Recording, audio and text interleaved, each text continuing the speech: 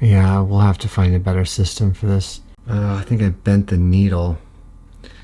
No doubt I blunted this thing. Good morning, everyone. It is Monday, the 30th, I think. 2 weeks since my surgery. I think today is actually day 13 post-op. And I think I had my best night's sleep that I've had. As far as quality of sleep, I got about 6 hours. The thought is that today I try my first workout. Doc said to give it 2 weeks, and then I could try a little bit of light exercise. It's been really weird not working out. I'm someone who's been deeply entrenched in fitness and in CrossFit and weightlifting and socializing over working out and all of that stuff every day, almost every day at least, for a long time, almost 10 years. And I don't think I've had a workout in a month, something like that. A long time, somewhere in my fast before all this happened. Never would have imagined I'd go a month without working out. I usually can't go a day. But I think my emotions have settled just enough and my body has healed just enough that I want to be around my community and I want to try. The other thing that we need to get done today is I need to go get insulin needles, because today we are going to start daily testosterone injections. We'll try that for a week or two. I take 100 milligrams per week now. It's the lowest dose I've ever been on. I think the thought is, if we can keep my estrogen from spiking, in other words, keep me from converting too much of excess testosterone to estrogen, then we can keep, then the testosterone can be a healing agent, just a normal part of my treatment here. It doesn't have to be something we have to get rid of, which I'm not going to lie, I was really hoping it didn't have to completely go away, just based on how helpful it's been for my mind and my body and my emotions since I was diagnosed with hypogonadism. For those of you who don't know, I was diagnosed with low testosterone back in 2012. As it pertains to my cancer journey, we just want to make sure that the testosterone replacement therapy isn't hurting. It's a new day to do my best just to execute my game plan, have a little faith, try to have a little fun. That would be good too. I need to try to smile, and we'll just see where the day takes us. So I'm glad you're here. Let's go see how the scars are healing up.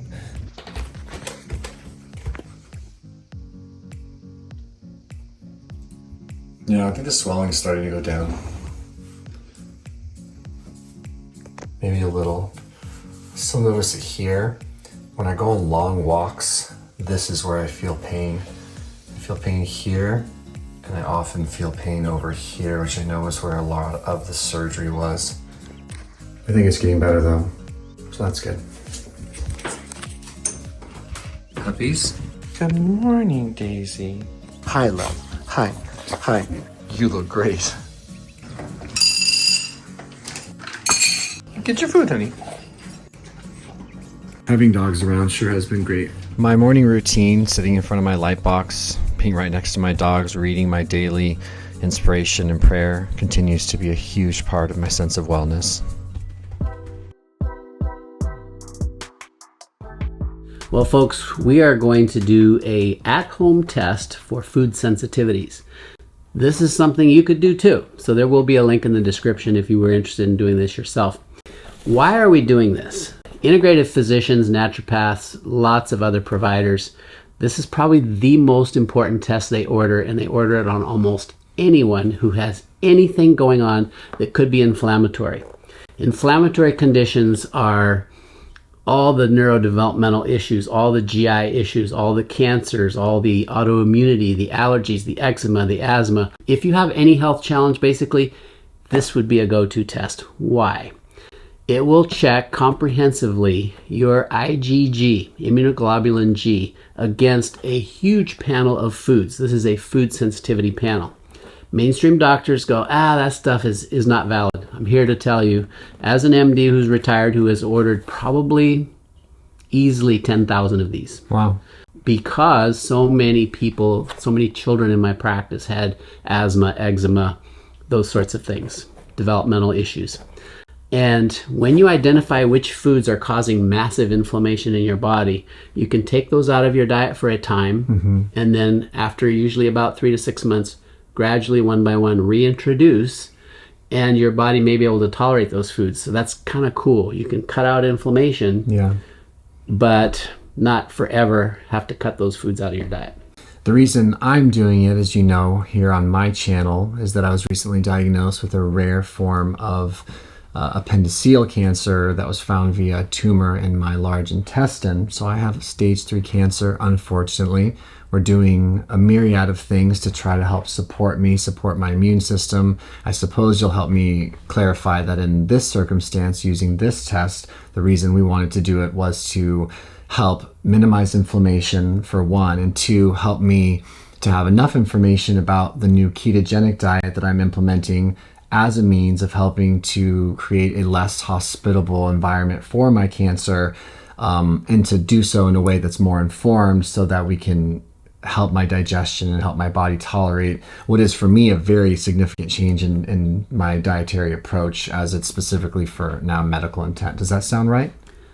Yeah, you've heard the term leaky gut. Yeah. I think when you deal with food sensitivities and get your diet cleaned up of foods that are triggering inflammation, you can have resolution of a lot of the gut-related issues. And there's a gut-brain connection, so that's how this helps those kids and adults included. Mental health. Who have mental health issues or brain fog or whatever. Yeah.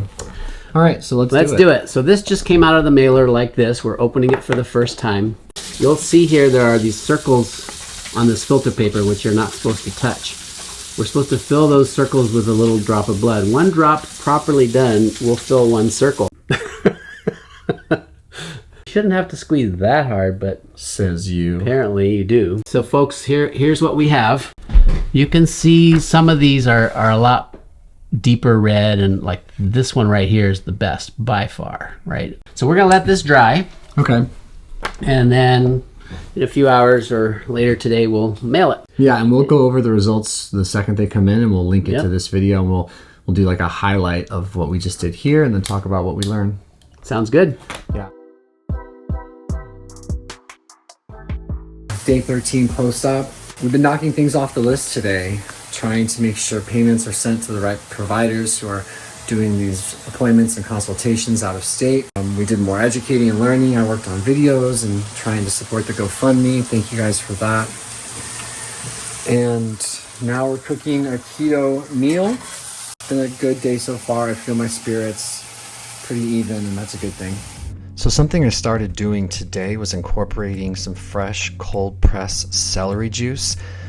Being new to the keto diet, being mindful of how little fiber I'm supposed to be taking in post-surgery, along with trying to be careful with raw veggies in general and eating so much fat. We've been racking our brains as to how we can get enough phyto and micronutrients, so we're going to try some cold pressed juicing and see if it yields some good results to support my immune system, support my general wellness while I go so hard keto. First day back in my gym, But there's like day 13 post-op. I don't know what I can physically do, but we'll do whatever we can. Surreal experience being back in my gym. I kind of was dreading it, or I think I was dreading it from like an emotional perspective. I've been so in my thoughts and in my feelings, and of course in my body, with the pain leading up to the hospital and then the surgery and the difficult parts of recovering from that and all that. So I think I worried I would get back in my gym and just break down crying in front of everyone, which would have been fine. It's a safe place to break down and cry. But honestly, I just felt calm being here and moving my body again. Working out has been such an important part of my life, and now I'm seeing it in a whole different light, at least for today, in that I want this to be part of my mental, emotional wellness. Maybe it always has been, but it felt good to move my body. First workout for me in roughly a month, and I'm so thankful. I did some light running. I was trying really hard not to brace my core. It's weird doing that because my entire adult life I've been training myself and working hard to brace the midline. I did some box squats, and I just expelled the air on the way down. Anyway, it was an important moment for me to spend time with my wife, one of my best friends, a beautiful community member, and my mom. And I'm really grateful to have been able to do a workout at all. We'll see how the body feels tomorrow. I'm sure it'll be okay. But I did accumulate a mile of running 2 weeks post-op, which is great. So, it's good.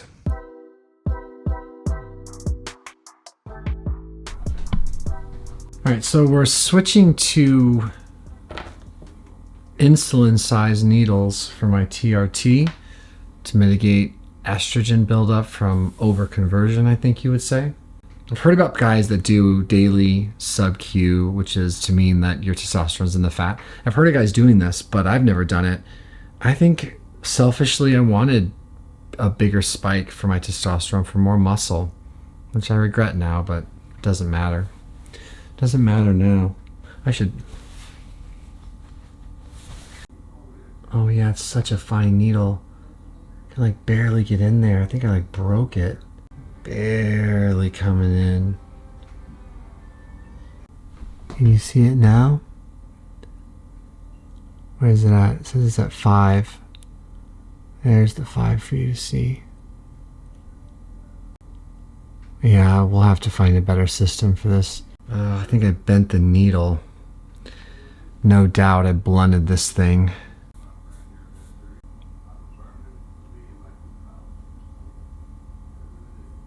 Oh, wait a minute. Forgot to deal with the air bubbles. I don't know if this is going to work. There's all that air. There we go. Yeah, I see a bunch is coming out of the top as I try to get rid of that air.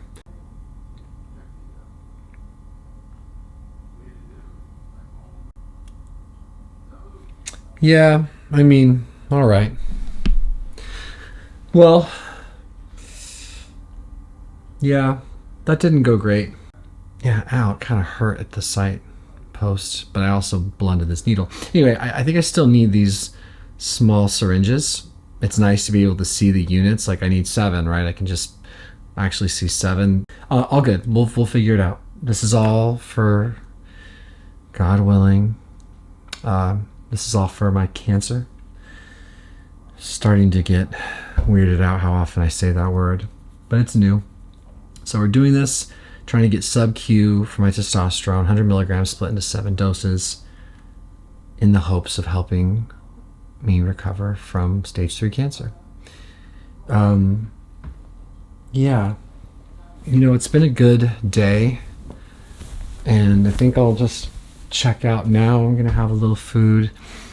I'm still learning how to do the ketogenic diet in a way that makes sense as far as spreading out the few carbs that I have. I didn't get away and measure my ketones yet today. Anyway, I'm babbling. You know what I really want you to know? I want you to know how much you guys mean to me. For as emotional and as scared and overwhelmed and just disillusioned as this whole last month has been for me, or how I've reacted to it, I want you guys to know, and I'm happy to say that today's been a better day. I laughed today. I certainly smiled. I got to work out for the first time, and that was great. I stayed in today pretty well, and I stayed close to my God pretty well, and I remembered and thought of so many of you being so brave and supportive, and those of you that are in your own fights. You know, just today was a better day, and so I need to make sure I say that too, because I think there's going to be a lot of ups and a lot of downs on days like today. I gotta see my mom. She's having a rough time with all of this, but maybe we'll get her on the channel to talk about it at some point. Anyway, thank you to everyone who's been supporting this journey. We'll see you guys in the next video. God, do I appreciate you. Adios.